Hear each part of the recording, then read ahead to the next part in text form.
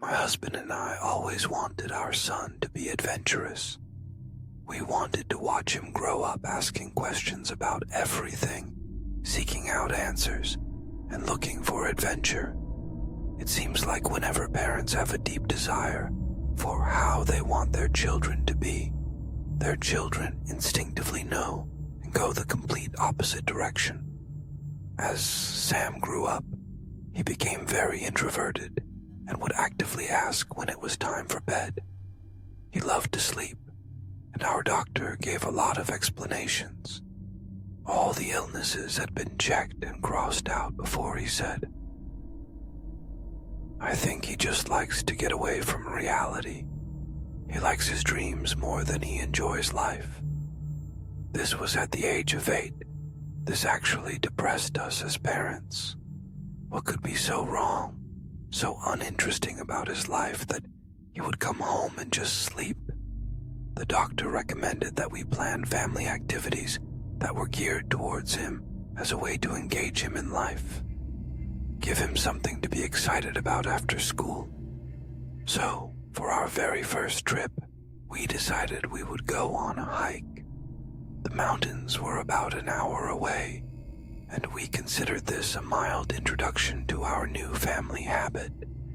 When we told Sam where we were going, he was ecstatic. We knew then that hiking had been the right activity. On Saturday, we threw together some backpacks, lunch, water, and even a magnifying glass so Sam could inspect everything closely. He was so excited the entire way there. We were all thrilled. When we parked at the trailhead, Sam leapt out of the car and almost ran up the trail without us. I had to call him back so we could keep an eye on him. The hike was short, maybe half a mile, but Sam tried to run it like a marathon. We kept calling for him to come back and check out this bird, or this butterfly, or the log that looked like a grandpa's face. He would come and look to humor us, but then run ahead. Eventually, we gave up trying to point things out and let him just run through the woods. We were pleased that he had taken so well to the trip. For one, Charlie and I felt like we knew what we were doing as parents. Anyone who's a parent knows how that feels. We got to the end of the trail and ate our lunch. We were at a ledge along the mountain that was more like a hill. The sun was high overhead, and we could see over the trees for miles. Sam quickly downed his lunch, and we let him run off into the trees. "Not too far," I warned him. He obeyed, and we could always see him. From the rock where we sat, I watched Sam while Charlie went to the bathroom. I watched Sam pick up sticks, swing them at bushes and tree trunks until the stick broke, then pick up another one. He picked one up that was too short to be swung, but he smiled wide at it and ran around with it in front of him, using both hands.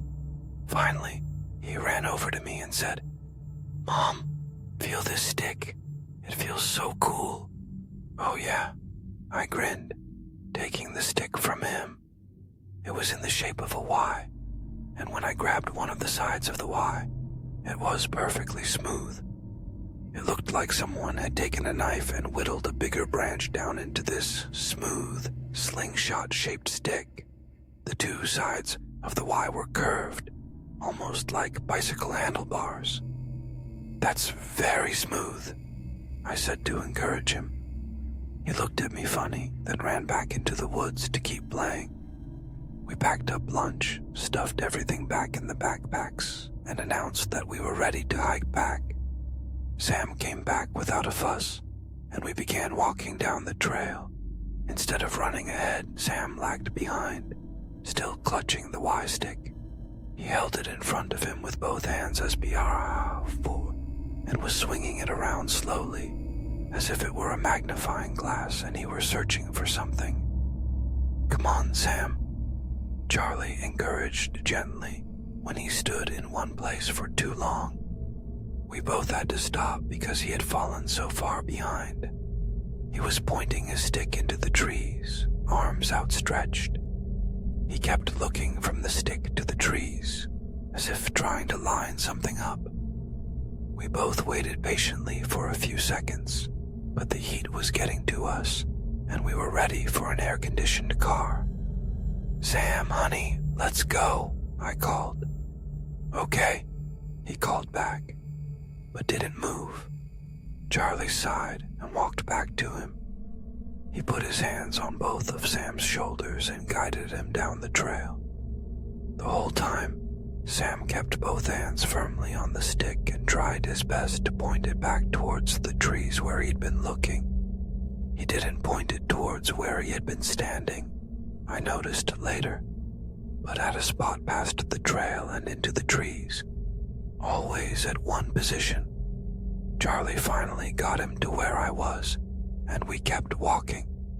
Sam eventually stopped pointing his stick, and instead kept it down in front of him, both hands still being used to hold either side of the Y. We drove home, pleased that Sam was taking home a souvenir. Our day trip had worked. He was getting involved with life. We were one step closer to our adventurous son. Over the next couple of days, lots of things started happening. They all seemed disjointed and not connected in the moment. Later, memory would connect them for me. Sam went back to his sleeping routine. He would come home from school, go into his room, and play for a bit by himself while dinner was being made. I got him to work on homework, then served dinner when Charlie got home. After that, he went straight to bed by his own choice.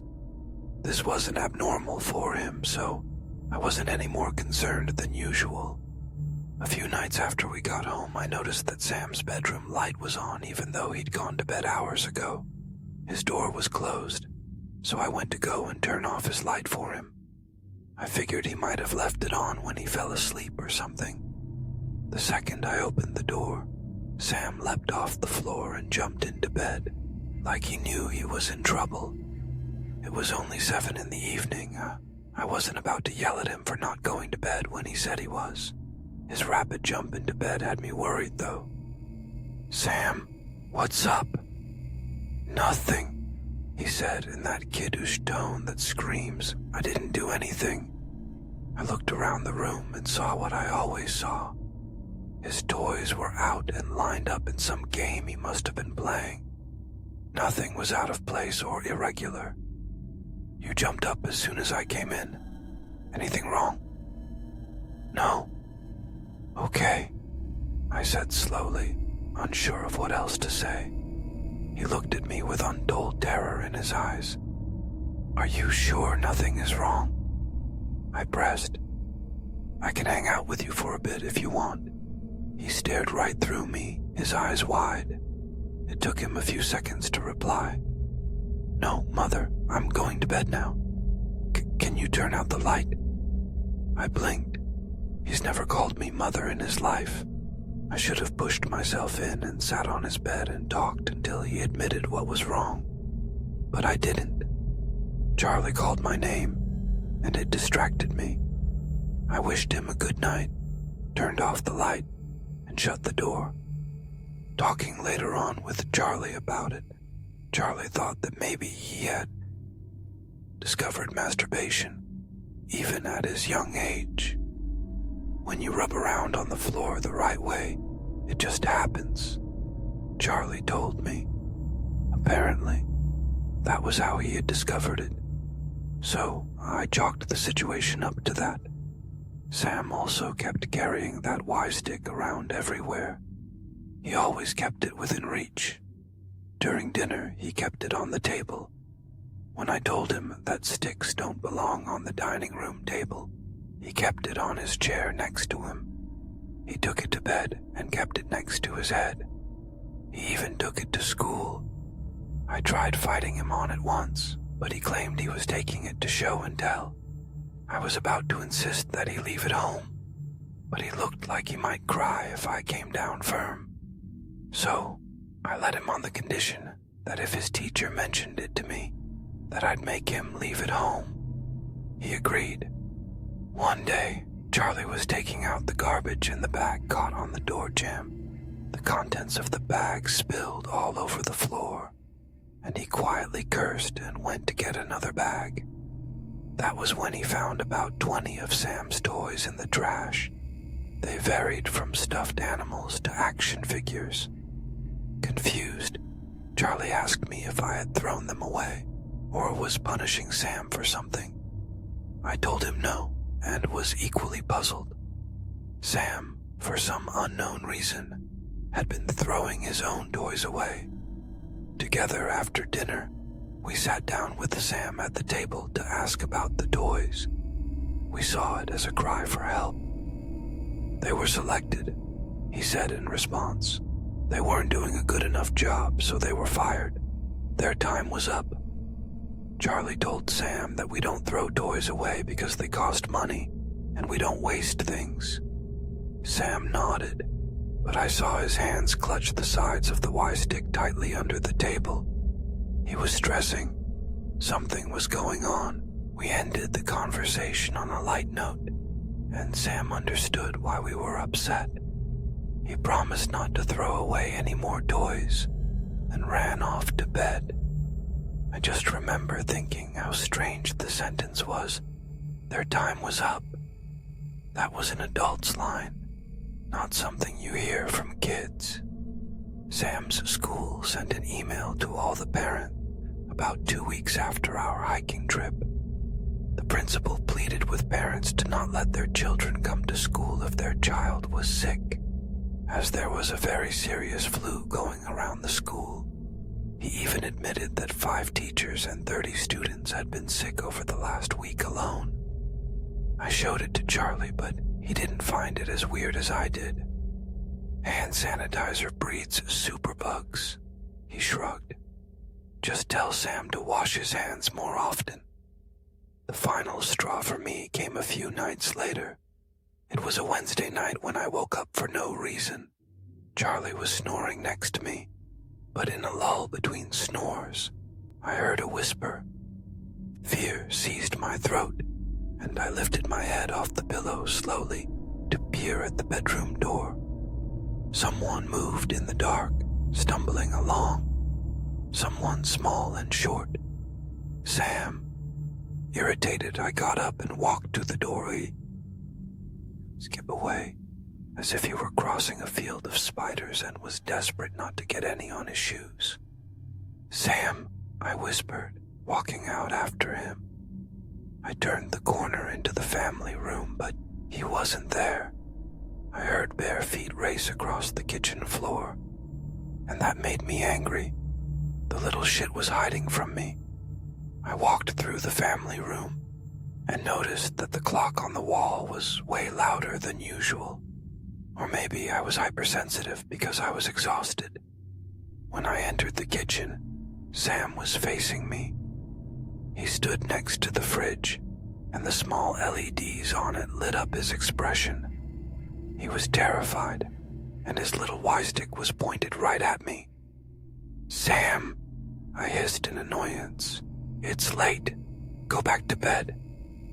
I need water, he said, still looking at me with wide eyes. It was an obvious lie, but one not abnormal for kids caught up past their bedtime. Okay, then get some water, I sighed. Can you get it? He asked, still clutching the stick and pointing it my way. He must have seen my mom look, because he re-emphasized. Please. I walked forward, and that's when I noticed that he pointed the stick around me. He was pointing at something behind me. I whirled around really fast and stared into the empty darkness of the family room. The clock was still noticeably loud. It sounded like a person saying the actual words. Tick-tock, tick-tock. I looked around the room for a full 30 seconds. Nothing moved. What are you doing up, Sam?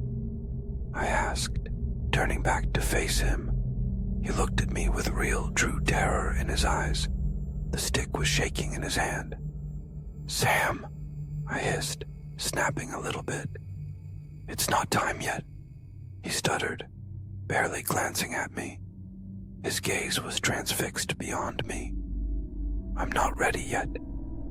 For half a second, I wondered if he was pretending to sleepwalk. Then I wondered if he actually was sleepwalking. Then my tiredness washed over me, and I got irritable again. It's time for bed, I insisted, walking towards him. Still, he kept his eyes behind me, and the stick pointed into the family room. Okay, he said, defeated as I approached. He took slow, unwilling steps towards the family room. I stood behind him, watching to make sure he went to bed. I saw his head look back and forth, scanning the room as he entered. He was looking for something. He looked back at me with uncertainty. Suddenly, he screamed, "Mom, watch out!" I instinctively whirled around, hands up and ready to attack whatever was there. Nothing but darkness and the far kitchen wall. I ground my teeth and glared down at him. He was still shaking, pointing his stick into the empty kitchen. I was beyond annoyed now. This stick had been out of control for weeks. "I think you need a break from this," I said, snatching the stick from his hand. No, he screeched. Sam practically leapt at me, but I jumped out of the way. This was the only way, I assured myself. This stick wasn't healthy after all. Don't! He cried and yelled, following me through the family room and into the hall. All the attention that he'd pointed into the kitchen was now directed at me. He tried to jump and grab at the stick, but I held it above my head. I felt like a teenage older sibling, teasing my younger brother. But this was necessary. I regretted waking Charlie up, but I pushed my way into my room, tossed the stick onto the floor, and turned back to get Sam out. "Give it to me, give it to me, give it to me," he demanded without taking a breath. I pushed him out and shut the bedroom door. I flipped the lock on the handle and sighed. "What's going on?" Charlie mumbled. I took the stick away. "He was playing with it all night," I sighed, coming back to bed. Sam was pounding on the door. I convinced Charlie that we should ignore him, let him tire himself out, and tomorrow we would lecture him. He verbally agreed, though I could sense that he didn't agree inside. It took an hour, but Sam gave up and we went to sleep. The next morning, my throat felt like I had swallowed sandpaper. The flu, of course. My stomach rumbled and rousted me out of bed. I found myself starting to run to the master bathroom after my stomach turned nauseous. I puked up spaghetti from dinner the night before. Stumbling out of the bathroom, I had to move aside for Charlie, who couldn't make it to the toilet and threw up into the sink. "Not you too," I sighed sympathetically. "I haven't been this sick since I was a kid," he moaned, rinsing his mouth out. I rubbed my eyes, still tired from Sam's ordeal last night, and got in the shower with the lights off, hoping it would help my light sensitivity. Charlie decided to call in sick and rest for the day. I got ready for the day so I wouldn't lounge around in my pajamas all day, feeling even more sick. When I was completely ready, I unlocked the bedroom door and stepped out. Sam was nowhere in sight, which meant he had gone back to bed. Good. "Sam, I hope you're getting ready for school," I said loudly. No reply. I went to his room and found the door shut as usual. I twisted the handle and pushed, but the door was stuck. "The hell?" I muttered quietly. Using my shoulder, I shoved hard against the door. I heard a clatter, then the door opened. As I entered, I saw three things right away. 1, a chair had been placed under the door handle, preventing it from opening easily. 2, the window was wide open, with the screen missing. And 3, Sam wasn't in his room. We called the police immediately after searching the house from top to bottom. If we hadn't called them, I have no idea where we would have started. Should we have driven around, looking for him? Called his friends' houses to see if they knew where he was? The police were helpful, and I spent a miserable half-day sitting by the phone, puking my guts out and worrying about Sam. The police were out driving around, searching for Sam with his picture taped to their dashboards. Charlie was dead asleep when I wandered into the bedroom, debating lying down. But I couldn't sleep while Sam was missing.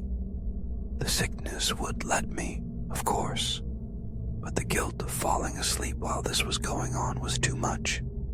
I saw the stick, which had landed partially under the bed when I threw it last night. All this because of a stick. Maybe the doctor was wrong. Maybe he did have something wrong with him, but it was mental, psychological.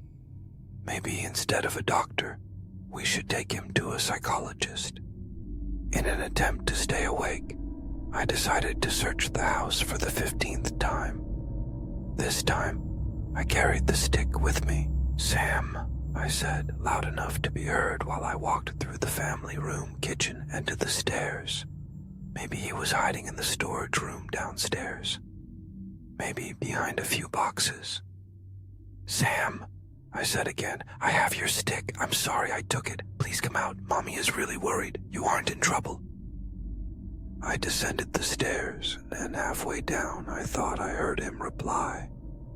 It was faint, far away. The words were impossible to make out. "Sam!" I cried desperately, spinning around on the stairs to try and figure out if he was upstairs or downstairs. Out of the corner of my eye, I saw a leg dart around the corner at the bottom of the stairs, towards the storage room. My hunch was correct. I sped down the stairs and turned the corner. The door was closed. I tried to twist the handle, but he had locked it.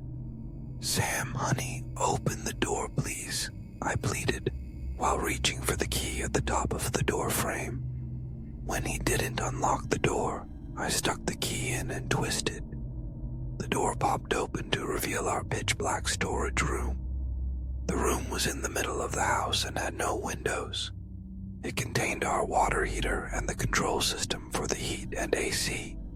The room was so large, though, that Charlie had built shelves for us to keep our seasonal decorations, our camping supplies, and extra food and water. "Sam," I said more quietly, feeling uneasy. Something about the room was getting to me. "How does the clock tick, Mother?"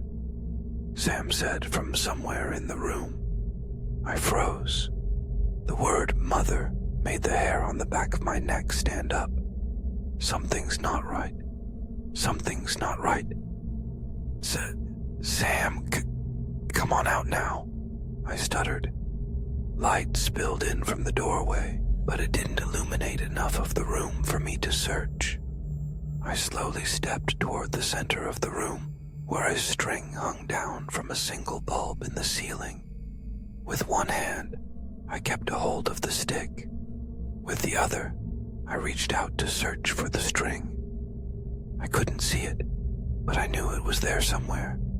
Suddenly, the door slammed shut, and at that exact instant, my hand brushed against hair. Long, greasy hair at my shoulder height.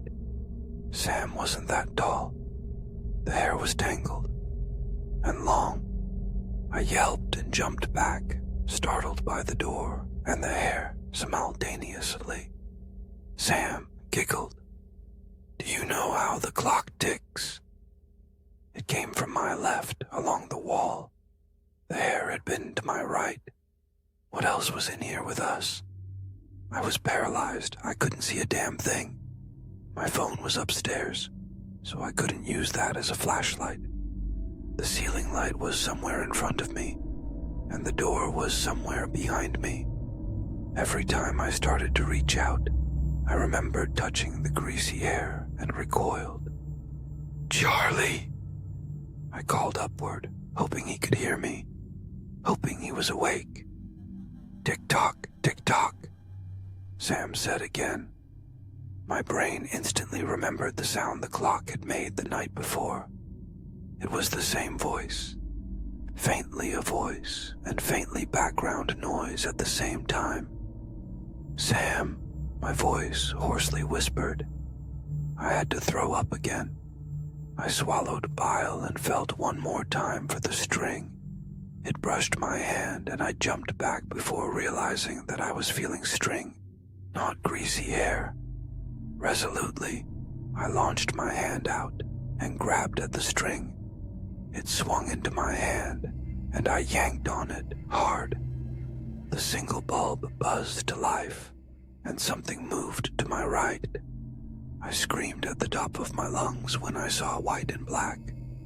It's taken me a long time to place the shape, but now I'm certain. A deer's skull, partially covered by stringy hair, darted away from the light, circling behind me. In absolute terror, I squeezed my eyes shut and didn't dare open them. In the battle for fight or flight, I turned into the ostrich, burying my head and hoping it didn't see me. I started sobbing and wanted to run for the door, but I was too scared to open my eyes. "Mommy," Sam called from my left. I didn't respond. I was sobbing too hard. "Mommy, help, I'm stuck." Very, very slowly, I moved one finger and looked to the side. Sam was huddled up on the top shelf. I couldn't see his face, but I saw jeans and his favorite shirt. Come down and let's go," I whispered. "I can't, it's going to get me," Sam whimpered. I tried hard not to sob again. "Come and get me, please," he begged. I fought through the terror and stepped toward the shelf, still covering my face and using a small gap in my fingers to navigate. When I reached the shelf, I closed my eyes and held my arms up. "Climb into my arms, Sam. I'll get you down and we'll go get your dad." My voice broke at the end. "I'm stuck. My shirt is caught," he cried. Okay, I said, trying to be brave for him. "Guide my hand to where it is and I'll get you loose." He paused. "It's at the back of the shelf. You can't reach." I bit my lip to stop its trembling. With both eyes still closed, I placed my hands on the top shelf and my foot on the bottom shelf. The stick was placed on the shelf so I could use both my hands. I hoisted myself up so I could reach and balanced precariously. "Where is it, honey?" I asked, refusing to open my eyes. "Reach here," he said, and I could feel him rotate so I could reach over him. I did, and my hand ran straight into a mess of tangled, greasy hair. My eyes opened in shock. It stared back at me for only a millisecond. In that millisecond, it spoke, not with words, but in my head. "Do you know how the clock ticks? It is fed by death."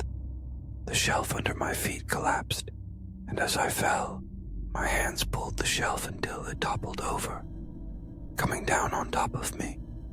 I woke up in the hospital, much to Charlie and Sam's relief. It was a tumult of information and questions.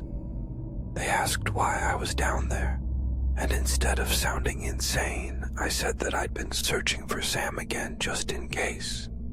Sam had been found walking on the road in the general direction of the hiking spot. He wasn't very far, thankfully, and was unharmed. When Charlie practically yelled, asking why the hell he had left in the middle of the night alone, Sam said he needed to find another stick to stop the monsters.